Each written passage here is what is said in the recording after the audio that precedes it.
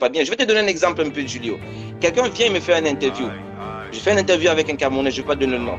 Il me dit, dès qu'il arrive dans l'interview, il me dit, hey, Nabi, c'est comment on joue le foot ensemble? Mais écoute, c'est pas des blagues, ça. Chaque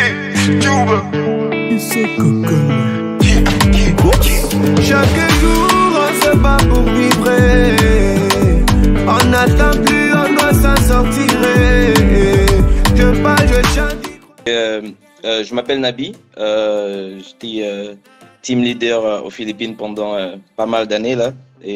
So I was just saying that my name is Nabi and I was one of the team leaders for Ring Central, one of the biggest company in the Philippines for a couple of years ago. Il m'a invité pour discuter quelques éléments par rapport au travail. Quels sont les atouts, comment trouver un travail, quels sont les comportements qu'il faut adapter avant d'aller dans une interview et tout ça, comment préparer son résumé.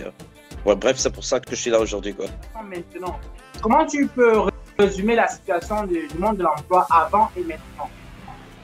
Déjà en passant, il faut comprendre que la Philippine, c'est pas comme d'autres pays, c'est pas très vaste et tout ça, c'est pas le genre. Et il y a très peu de compagnies, c'est réduit tout ça. Ça veut dire qu'avant, il y avait très peu de personnes, mais aujourd'hui, il y en a tellement des gens qui entrent, qui viennent parce que on leur dit qu'il y a le travail aux Philippines et qu'ils reviennent, mais maintenant, ils sont face à un challenge qui est inévitable. Tu vois, tu es déjà sur le terrain, mais tu n'as pas de boulot. Il y a tellement de gens qui rentrent, mais il y a moins de travail. Comparé à avant, là où, écoute, on était très peu. On se connaissait tous là, tu vas dans une compagnie, tu connais tout le monde, tu vas de l'autre côté, tu connais tout le monde. Aujourd'hui, tu ne connais pas là. Donc le challenge est devenu un peu plus élevé qu'avant. Si tu devais choisir entre arriver aux Philippines maintenant et arriver aux Philippines avant, qu'est-ce que tu penses? Quel est le choix que tu devais faire? C'est compliqué. Il faut être performant, il faut être meilleur. Il faut parler les deux langues correctement, il faut être respectueux, tout ça là. C'est un peu différent. Je ne vais pas regretter être là maintenant si mon comportement est différent. Je ne sais pas si ça fait un sens. C'est-à-dire, tant que tu es meilleur, tant que tu sais faire ton travail, tu auras toujours une place quelque part. Ça dépend ça dépend du mindset. You need to have the right mindset. So it doesn't really matter how many people are there outside there doing the interview. If you have the right mindset, you will get the job done. On va commencer par le premier. Quel type de travail on retrouve aux Philippines?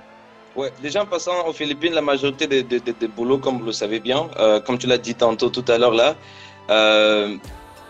tous les call centers, customer service ont migré de l'Inde pour la Philippine et tout ça là. Donc, just like you mentioned, all the call centers move from India back to the Philippines. So most of the time, if you come to the Philippines, you should be just a little bit, at least an IT.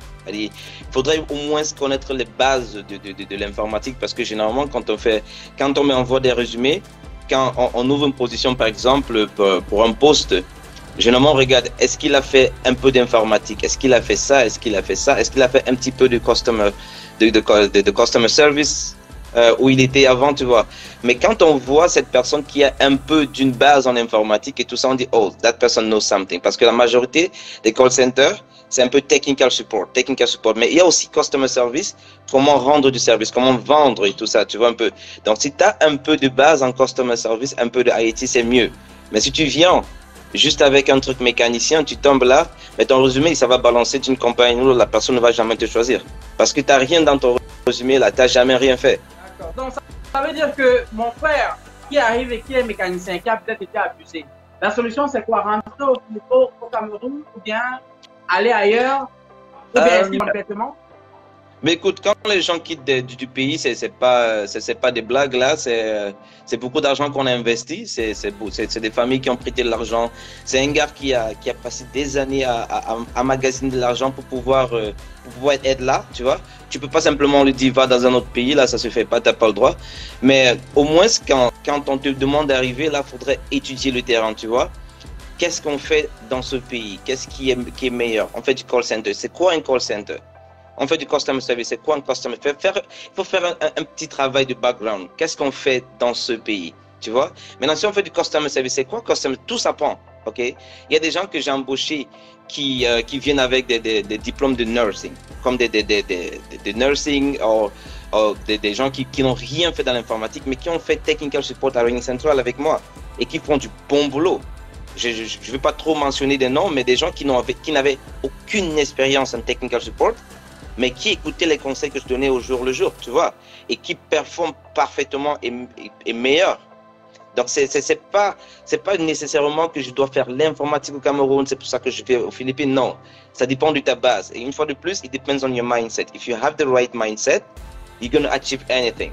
Tu vois un peu? Donc, j'ai rencontré pas mal de gens qui avaient aucun diplôme, mais ils avaient le right mindset, tu vois. Ils avaient cette pensée, ils savaient de quoi ils cherchaient et qu'est-ce qu'ils visaient dans l'esprit. C'est tout ce qui compte, en fait.